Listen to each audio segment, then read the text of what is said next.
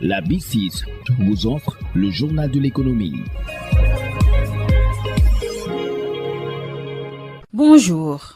Le renforcement du leadership dans la gestion des finances publiques au cœur d'un atelier national organisé par la Fondation pour le renforcement des capacités en Afrique à travers le programme LIPS, Leadership Excellence in Africa's Public Sector. L'objectif est de former une nouvelle génération de dirigeants capables de conduire efficacement les réformes dans le secteur public.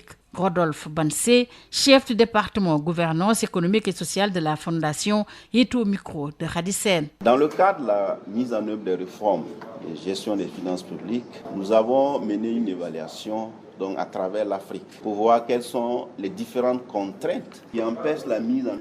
Alors, nous avons pu identifier quelques défis et ces défis concernent donc au-delà des capacités techniques des cadres qui sont chargés de conduire ces réformes, il y avait des insuffisances en termes de capacité managériale et de leadership. Nous avons aussi noté qu'au niveau des institutions du système de gestion des finances publiques, qui va de la gestion macroéconomique et qui, bien entendu, regroupe le ministère de l'économie et de la planification, et aussi le ministère des finances et du budget, les institutions qui sont au sein de ces ministères, et bien au-delà la Cour des comptes, et la commission de l'Assemblée nationale, en charge donc du contrôle budgétaire, qu'il y avait des besoins en termes de renforcement de la collaboration, donc vaincre la mentalité des silos. C'est dans ce cadre que la CBF, après cette évaluation, a mis en place le programme LIPS.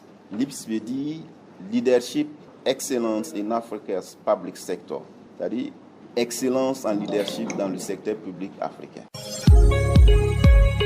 Et ce programme est un programme de 6 mois qui cible les directeurs, ceux qui sont au cœur de la conduite des réformes, pour pouvoir renforcer leurs capacités de leadership afin d'être des gestionnaires efficaces du changement voulu en matière de gestion des finances publiques. Et c'est pourquoi nous avons ciblé 15 dans chaque pays et ces 15 acteurs relèvent de plusieurs structures de la gestion des finances publiques. Le ministère de l'économie, le ministère des Finances et du Budget, l'Assemblée nationale qui est donc inclus dans cette cohorte pour pouvoir réunir les acteurs.